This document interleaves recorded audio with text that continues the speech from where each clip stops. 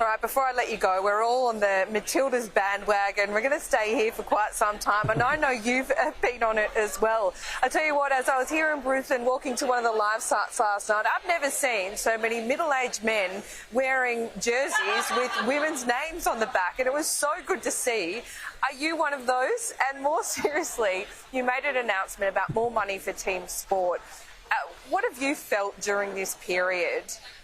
Have you really seen the kind of, this ponytail revolution, and have you seen it and want to harness what you've experienced over the last 3 weeks? Well, Laura, I'm happy to wear the jersey, but no lycra. You'll be very relieved to hear.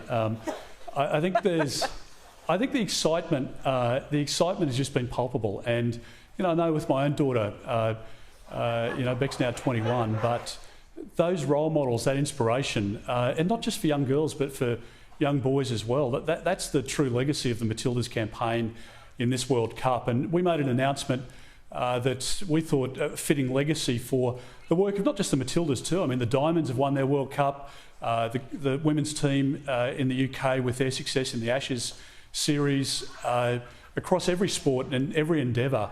The participation rates, the involvement of young girls in sport has just skyrocketed. The netball numbers are unbelievable, and soccer continues to be on the rise. But other, AFL, Union League, etc., cricket, tennis, every aspect is being, a big part now, or a bigger part of people's lives. So we said you can't have in that scenario young girls turning up to a sporting event and getting changed in the car parks because there's no change rooms for the girls. They've got to go and use the boys' toilets. Or we went to a sporting club earlier this week where there are 3 shower roses, but there's no privacy, no cubicles, and they just say, well, the girls won't go in there to shower in that environment. So we've said that a coalition government would provide $250 million worth of funding. We want it matched by the states and territories, ask for a 20% co-contribution from the clubs themselves. And we think that we can lift up those facilities so that there is parity and there is an incentive for those girls to participate.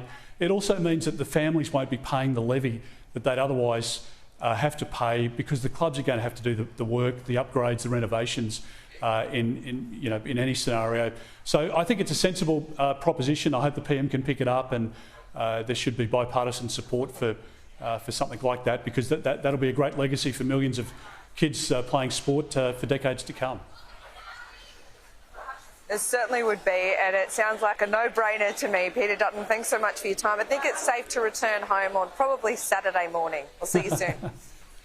Thanks, Laura. Once the CFMEU pack their bags up, I'll be right. So I'll see you soon.